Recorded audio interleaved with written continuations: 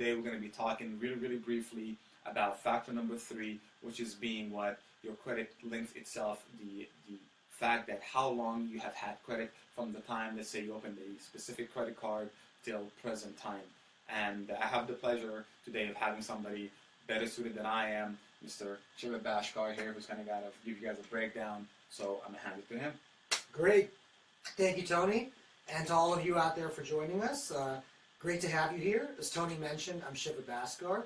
I'm the consumer rights attorney for Tier 1 credit. And today, excuse me, we're going to be talking about factor number 3.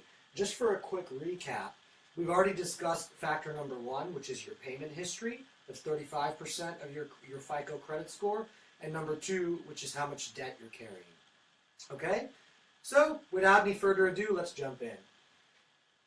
Age of credit, or how long you've had credit for, it's relatively self-explanatory, okay? And what it basically means is this.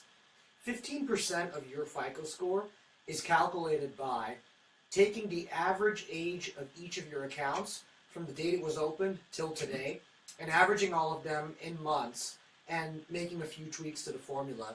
The exact formula we don't know, it's kind of a secret, but generally it involves basically averaging together how long you've had each credit account open for, and obviously the longer you've had them is the better. Now, why is it better? Why is it that having had accounts open for longer is better for you? Because it shows a sense of responsibility. You know, this is someone who we can trust as far as they're going to sign up for an account, whether it's a credit card, a student loan, a mortgage, a personal loan.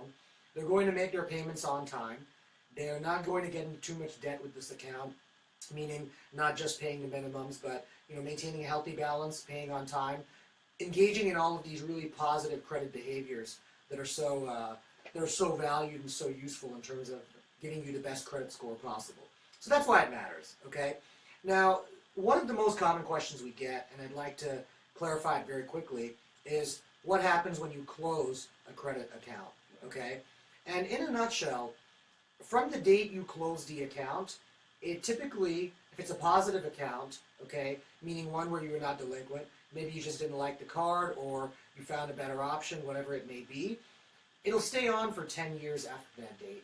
Meaning, after you close an account, it continues to count towards your credit score for that number of years, okay? So often we get the question, is my score going to drop if I close this account? It won't drop because of this factor immediately. It may drop because the average credit lines or your amount of credit you have available has gone down. Yes. But per se, closing an account will not drop your score. With that said, as we mentioned, having had accounts open for longer is always better. And so what we recommend on average is your oldest account, okay, your oldest credit account, meaning if you open a credit card in February of 2015, you're now on what, month 27? Almost month 28, it's almost June. If that's your oldest account, we always recommend, if possible, keeping that open. Keep it open. Right? The oldest account, we always recommend keeping it open. And the flip side of this is, as far as new credit, when you're building credit, you're going to have to open accounts a little bit more often. Maybe you open a credit card in June of last year, right after you finished up school or right after you got out of bankruptcy, whatever it may be. Okay? Now you may have to open another one in October because you want 2 to 3 lines of revolving credit at least. So early on, don't worry too much.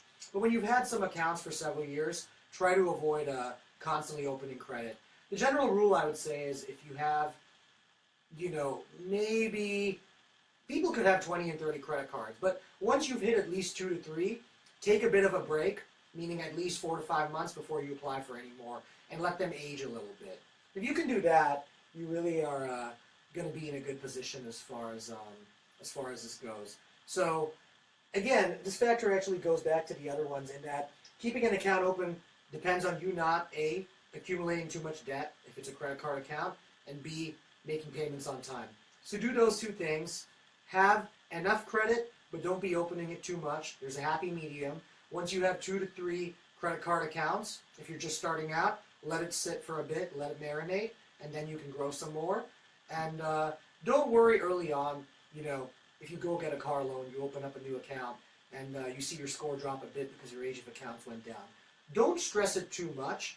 With that said, if you're planning on making a major credit decision anytime soon, like applying for a mortgage or applying for an auto loan, we recommend for the duration of when you're applying for the loan, probably about 2 months before, don't apply for any kind of credit. Just pay the accounts you have, leave it where it is, because you're going to see a hit in that time period depending on when FICO calculates it if you apply right before.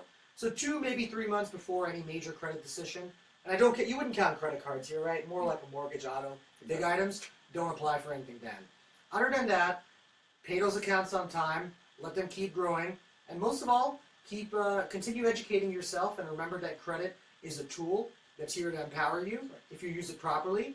If you get into trouble with it, of course, it can cause a lot of damage and a lot of harm, but we're here to help you avoid that. So as always, happy Memorial Day, sending a lot of thanks and love out to all our veterans out there.